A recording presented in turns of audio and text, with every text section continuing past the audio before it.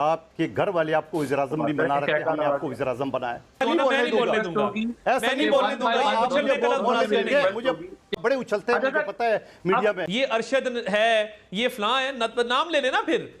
ये तो कोई तरीका नहीं है ना कि आप हर चीज डालते जाएं कि जी डील हो रही है, माहौल क्रिएट हो रहा है। भाई कौन कर रहा है? केयर टेकर गवर्नमेंट की अपॉइंटमेंट में आप बराबर के शरीक थे, सेंसस के अंदर आप बराबर के शरीक थे।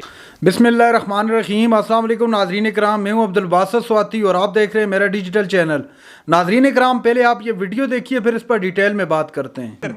इज्जत करते रहेंगे, आपके लीडरान की इज्जत करते हैं, इज्जत करते रहेंगे, मगर ये बात मुनासिब नहीं है कि आप तमाम मजे हुकूमत की उठाएं और हुकूमत खत्म होते ही अपने आप को ऑपोजिशन जाहिर कर दें।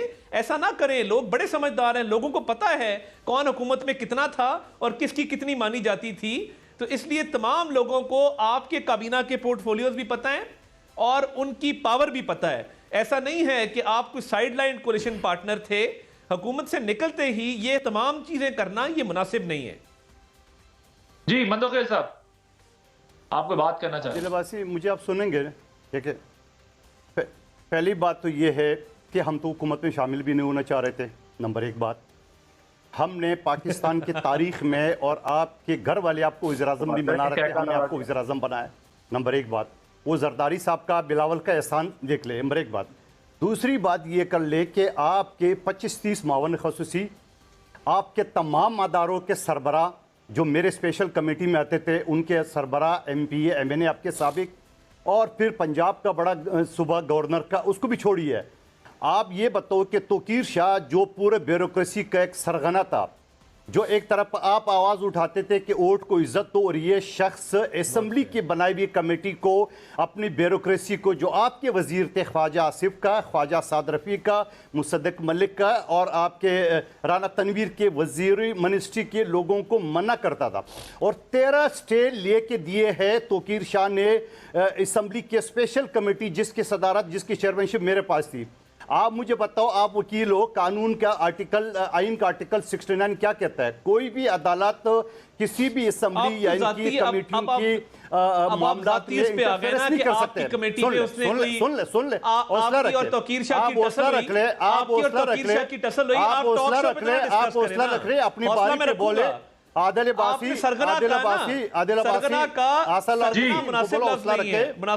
हौसला रख ले, बात करें मंदोखेल साहब, बहुत हौसला रख ले। आप दूसरी मर्तबा बीच में बोल रहे हो। अगर आपकी ये आदत है तो फिर मैं भी आपको नहीं बोलने दूंगा। आप आराम से बैठे, आपको बारी में आप बड़े उछलते हैं, मुझे पता है मीडिया में, लेकिन आप अगले को भी थोड़ा सा हौसला रखें। आप मुझे एक बात बताइए, मुझे कंप्लीट करने दें। ना मुझे कंप्लीट करने दें, मुझे कंप्लीट करने दें। आदिल अब्बासी, मुझे कंप्लीट करने दें। आदिल अब्बासी, ऐसे नहीं बोलने दूंगा। मुझे ये दूसरी मर्तबा जाती स्कोर मत सेटिंग करें ना करें ऐसे। इज्जत तकरीम से बात करें। मंदोखेल साहब को जरा कंप्लीट करने दें। सारा सब मेरे आप नामुनासिब है। मैंने इज्जत से बात की है, मैंने इज्जत से बात की है। ऐसे नहीं चलेगा, मेरी आप दोनों से रिक्वेस्ट होगी, इस्तेमाल किया ऐसे नहीं चलेगा। मैं नहीं चलने दूंगा। साहब आपसे भी और मंदोखेल साहब आपसे भी, दोनों से मेरी रिक्वेस्ट, दोनों कानूनदान हैं, बल्कि तीसरे भी मेरे गेस्ट कानूनदान हैं, बैरिस्टर हैं। आप तीनों से मेरी रिक्वेस्ट होगी कि हम आर्गुमेंट बिल्ड करते हुए अपने अल्फाज का चुनाव बेहतर करें। मैं नहीं चलने दूंगा। गुल्लू बटू वाला ऐसे ना करें ना, देखें इस तरह दोनों ना करें। मेरी आप दोनों से रिक्वेस्ट है, आप हौसला रख ले। ना करें। आपको बड़ी मुस्लिम लीग ने दादा की वजह से जिसको ब्रेक के जजों को खरीद, अल्फाज का चुनाव बेहतर करना चाहिए। मैं इस पे बिल्कुल बोलने दे। आपको आपके अंदर हिम्मत है तो आप जो मर्जी जाती हमले कर या जो, otherwise I have to take a break here. अगर आप दोनों मेरी बात नहीं मैं कानून और आइन के दायरे में बात नहीं बोलने दूंगा। अच्छा, मैं आप दोनों से मेरी रिक्वेस्ट है जरा, क्योंकि मैं थोड़ा दूर बैठा हूं, आप गलत ज़बान इस्तेमाल कर रहे हैं, आप गलत ज़बान इस्तेमाल कर रहे हैं। अच्छा, मैं आप लोग आप दोनों से मेरी रिक्वेस्ट है मंदोखेल साहब, आप भी प्लीज खामोश हो जाए। और अब जब बात करेंगे दोनों तो वन बाय वन जो है वो प्लीज बात कीजिएगा, मेरी दोनों से रिक्वेस्ट है। और अल्फाज का चुनाव वाकई डिबेट के अंदर, डिस्कशन के अंदर बेहतर रखना है। दलील मजबूत हो, लफ्जों का जो है वो गलत इस्तेमाल करने की जरूरत नहीं है। दोनों से मेरी बल्कि तीनों से रिक्वेस्ट है। बैरिस्टर साहब मुझे ये बताएं कि ये जो लड़ाई या इख्तिलाफ चल रहा है सब PMLN का, तो आप नहीं, तो नहीं, कहते थे नहीं, ये नहीं, मिले नहीं, हुए नहीं। हैं, ये तो ना, दोनों आदिल एक दूसरे अब्बासी, को ये मुझे बता रहे कंप्लीट हैं, करने वो दे। पीएमएलएन रिस्ट्रेन मुझे कर रही है, वो कंप्लीट कहते नहीं करने आप दे। हम पर इस तरह ना इल्जाम लगाएं, हमने साथ आप मिलकर मुझे कंप्लीट करने थे आदिल अब्बासी। पीपल्स पार्टी ये कह आदिल रही है अब्बासी, कि आप हमारे नहीं कर साथ रहे। तो ये हुआ इनको है कि अदलिया लेवल इनकी प्लेइंग जेब फील्ड हमें में, निगरान इनके हुकूमत से ही जो जुडिशरी है वो जेब नहीं में, मिली है। इनके ब्यूरोक्रेसी इनके जेब में, सारे उनके 35 साल के करप्ट लोगों को लगा है, वही हुक्मरानी करे पंजाब में। सिंध के तरक्याती काम बंद कर दिए, हमारे तरक्याती काम सीवरेज पानी का बंद कर दिए। इसी इलेक्शन कमीशन ने, जो इनके दौर में इन्हीं का बंदा था, इन्हीं का सेक्रेटरी था। ये इस तरह नहीं चलेगा। पंजाब में ट्रांसफर पोस्टिंग पे जो ना वो पाबंदी है, सिंध में आपने पूरा, आपने थानेदार से लेके चीफ सेक्रेटरी तक और आईजी तक जो ना आपने सारे चेंज कर दिए। इस्लामाबाद में और पंजाब में आपके वही लोग बैठे। आप इस तरह लेवन प्लेइंग फील्ड चाह रहे हो। आप मैदान में आएगा, मैं आपको बता रहा हूं, आपको चैलेंज करता हूं। जिस तरह शहबाज शरीफ साहब का गिराव किए लाहौर में, कराची में 2018 मेरे मुकाबले में लड़ा है, आ जाओ यहां पे। आपने 18 महीने में 2 मिनट मुझे मुलाकात की नहीं दी है। पानी के बूंद बूंद को तरस रहे। आप आइए ना, खड़े हो जाने मेरे मुकाबले में, आपको पता चल तो जाएगा। हुजूर ये बताएं कि फिर आपने हुकूमत छोड़ी क्यों नहीं? आपने इस्तीफा क्यों नहीं दिया कि मेरी आवाम शहर की 2 बूंद पानी के लिए तरस रही है? शहबाज शरीफ साहब, मैं आपकी हुकूमत से अपना हम बाहर निकलना चाहते हैं। हम तो शहबाज शरीफ को जिसको मियां नवाज शरीफ को वज़ीर आज़म नहीं देखना चाह रहा था, हमने वज़ीर आज़म बनाया तारीख में। कभी वो सोच भी नहीं सकता था। आप शुक्र करो। नवाज शरीफ साहब शहबाज शरीफ साहब को वज़ीर आज़म नहीं बनाना चाहते थे, पीपल्स पार्टी ने जबरदस्ती बनाया है।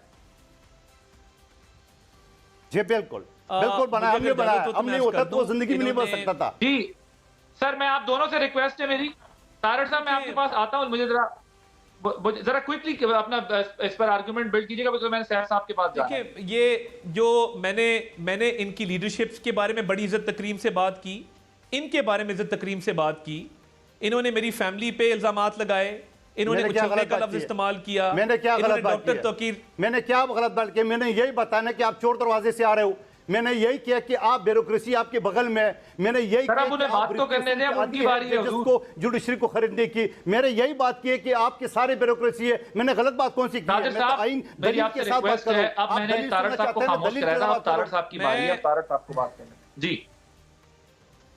नहीं, ये इनको देने मेरी बारी, मुझे कोई हर्ज नहीं है। देखिए, एक मुझे क्यों नहीं बोलने दे रहा था? आप बोल। नाज़रीन कराम, आपने वीडियो देखी पाकिस्तान पीपल्स पार्टी, पाकिस्तान मुस्लिम लीग नवाज़। आपको याद होगा ठीक तकरीबन 2 साल अगर पहले की मैं बात करूं, 2 साल भी नहीं, गालबन जब हुकूमत ख़त्म हुई है तो ये 3 से 3.5 माह गुजर चुके हैं।